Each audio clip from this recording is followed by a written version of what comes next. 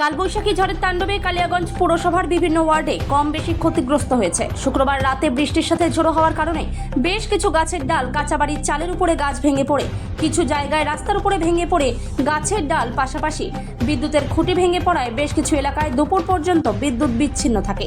এদিন সকালেই কালিয়াগঞ্জ পৌরসভার পৌরপ্রধান রামনিবাস সাহা বিভিন্ন এলাকা ঘুরে দেখেন, যাতে পরিস্থিতি স্বাভাবিক হয় দ্রুততার সাথে বিদ্যুৎ দপ্তরের সাথে যোগাযোগ করেন এবং যেসব জায়গায় গাছ ভেঙে পড়ে সেগুলি কাটার ব্যবস্থা করার নির্দেশ দেন। হ্যাঁ, যে কাল রাত্রিবেলাও আমি কিছু বের হয়েছিলাম, আশেপাশে ছিল। সকালবেলা প্রায় প্রত্যেকটা ওয়ার্ডেই আমি গেছি যেখানটা ক্ষয়ক্ষতি হয়েছে।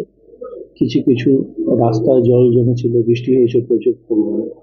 কিছু কিছু জায়গায় গাছ ভেঙে ইলেকট্রিক পোল থেকে নিয়ে কিছু বাড়ি চাপা পড়ে গেছিল। এগুলো সব দেখছি। দেখার পর আমরা পৌরসভার থেকে আমাদের একটা ডিজাস্টার ম্যানেজমেন্টের একটা টিমও আছে, সেই টিমও পাঠিয়েছি। তারপরেও আমরা সাধারণ পাবলিক, লেবার সবার সহযোগিতায় আমরা কিছু কিছু গাছপালা কেটে সরাই দিয়ে, কিছু তিরপল দিয়ে যাতে মানুষ টেম্পোরারি ভাবে থাকতে পারে, সেগুলো আমরা করছি।